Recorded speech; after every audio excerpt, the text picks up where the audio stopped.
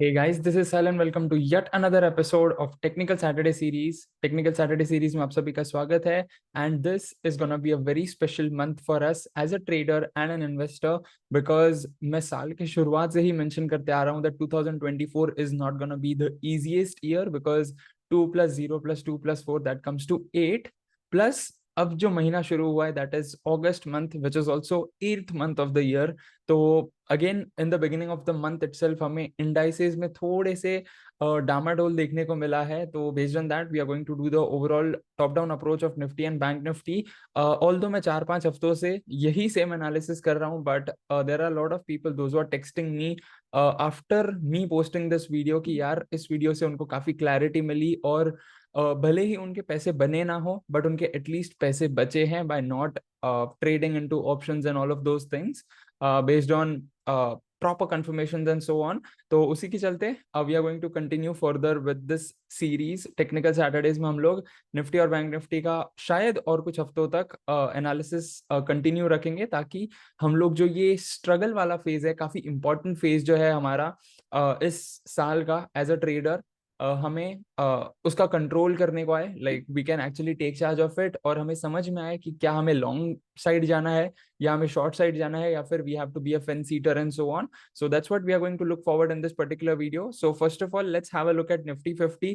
Overall top down approach हम लोग फिर से वही सेम करेंगे वे वी हैव मंथली. पिछले हफ्ते हमारे पास RSI अबव 80 था, यहाँ पे बिलो 80 आ चुका है. And although I am not gonna जज द मंथली कैंडल बिकॉज महीने की अभी शुरुआत हुई है एंड हमें सिर्फ 2 ही ट्रेडिंग सेशंस देखने को मिले हैं but even based on those 2 trading sessions हमें काफी अच्छा रेड कैंडल देखने को मिला है on Nifty 50. Similarly on bank Nifty हमें RSI 80 के नीचे आ चुका है और जो continuous walk of the band almost चल रहा था अभी थोड़ा सा इनसाइड द बैंड भी आ चुका है और लास्ट वीक का थोड़ा सा बेरिश क्लोजिंग आया है. Similarly if we look up at daily chart तो यू कैन सी जो इलेक्शन से पहले था it was forming similar top similar bottom and एक ट्रेंड चैनल में चल रहा था.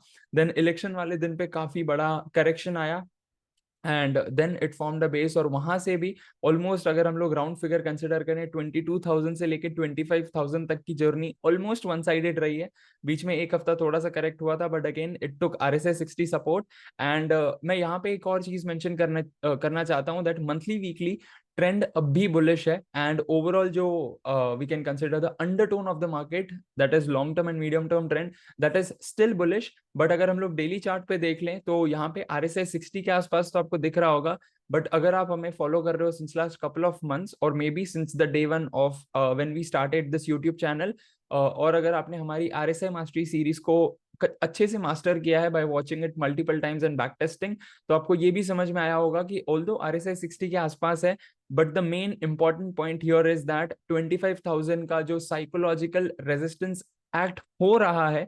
Similarly second important thing is that Friday को हमें गैप डाउन देखने को मिला, उसके बाद बेरिश क्लोजिंग देखने को मिली which means this is a sign where a bad Friday could be followed up by a bad Monday as well. Because अगर आप मार्केट में कोई भी बड़ा सा क्रैश देख लो वो मंडे को भले ही शुरू हुआ हो बट उसके साइंस हमें फ्राइडे को ही देखने मिल जाते हैं. And I am not mentioning here कि यहाँ से हमें बड़ा क्रैश देखने को मिलेगा, देखने को मिल सकता है बट उसको कंफर्मेशन लगेगा एंड उसके लिए हमें थोड़े से साइंस यहाँ पे दिख रहे हैं.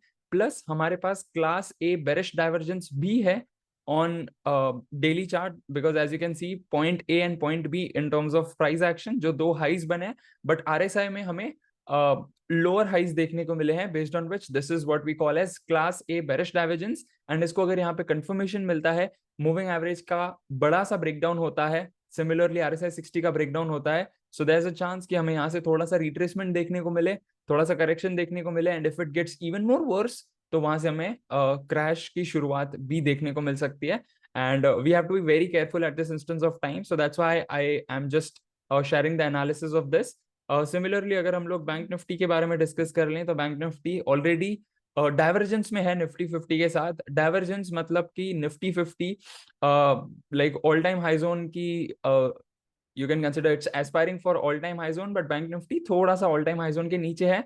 यहाँ पे as you can see monthly में दूसरा बेरिश कैंडल फॉर्म हो रहा है and then we have weekly chart जहाँ पे पिछले 4 हफ्तों से it's forming great candles itself. थोड़ा सा जो शैडोज हैं वो काफी बड़े हैं बट अल्टीमेटली यहाँ पे RSI 60-61 के आसपास लाइक 62.48 बट अगेन अगर यहाँ से कंफर्मेशन दे देता है, अगर बैंकिंग सेक्टर अच्छा परफॉर्म करता है, तो मीडियम टर्म ट्रेंड जो है वो स्टिल वेरी गुड रहेगा, लाइक काफी अच्छा रहेगा, right. And then comes daily time frame, जो कि ऑलरेडी 60 का रेजिस्टेंस लेके नाउ इट्स बिटवीन 40-60.